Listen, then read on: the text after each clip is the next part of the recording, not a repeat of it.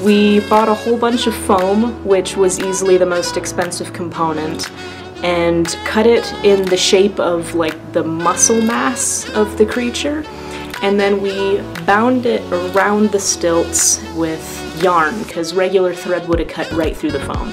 And we were able to then go to Savers, buy a whole bunch of curtains and other huge cheap fabrics that kind of gave the illusion of wood grain, and then spray adhesived them onto the legs to give the illusion of tree trunks.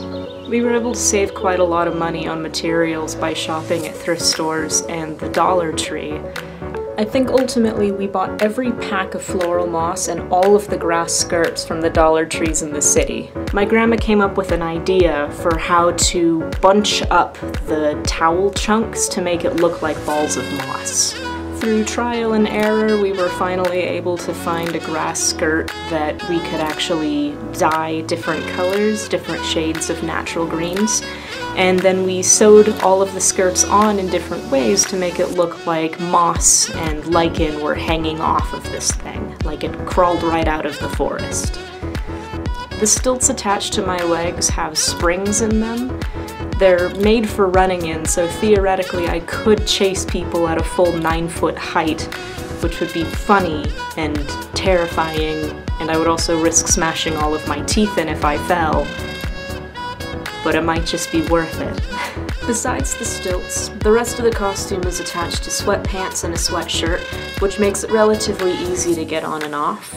It also keeps the whole costume really warm in addition to all of the foam that my limbs are encased in, so it gets very sweaty very fast.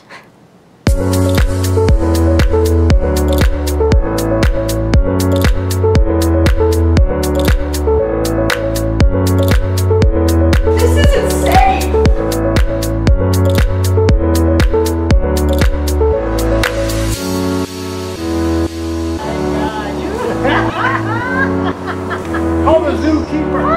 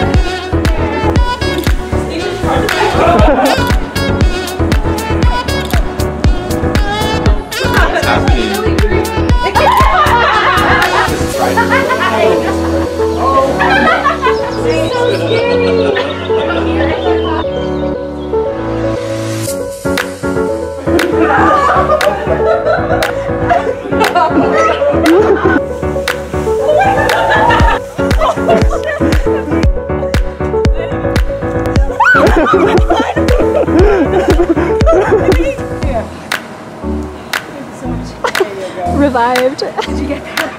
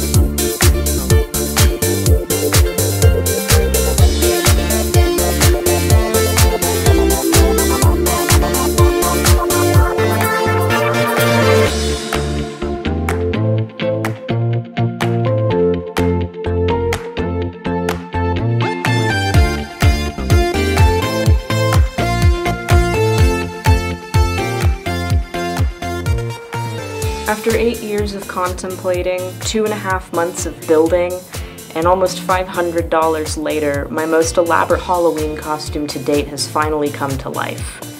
Every aspect was hand-cut, stitched, dyed, and sewn, entirely from scratch, and none of it could have been done without help from my Grandma Joan, friends, and complete strangers that helped me get this thing around campus and downtown. Though the costume contests weren't really what we expected going in, it seemed to have been received pretty well by all of the people that I bothered along the way. Thanks again to everyone who made it possible, and I look forward to breaking it out again next year.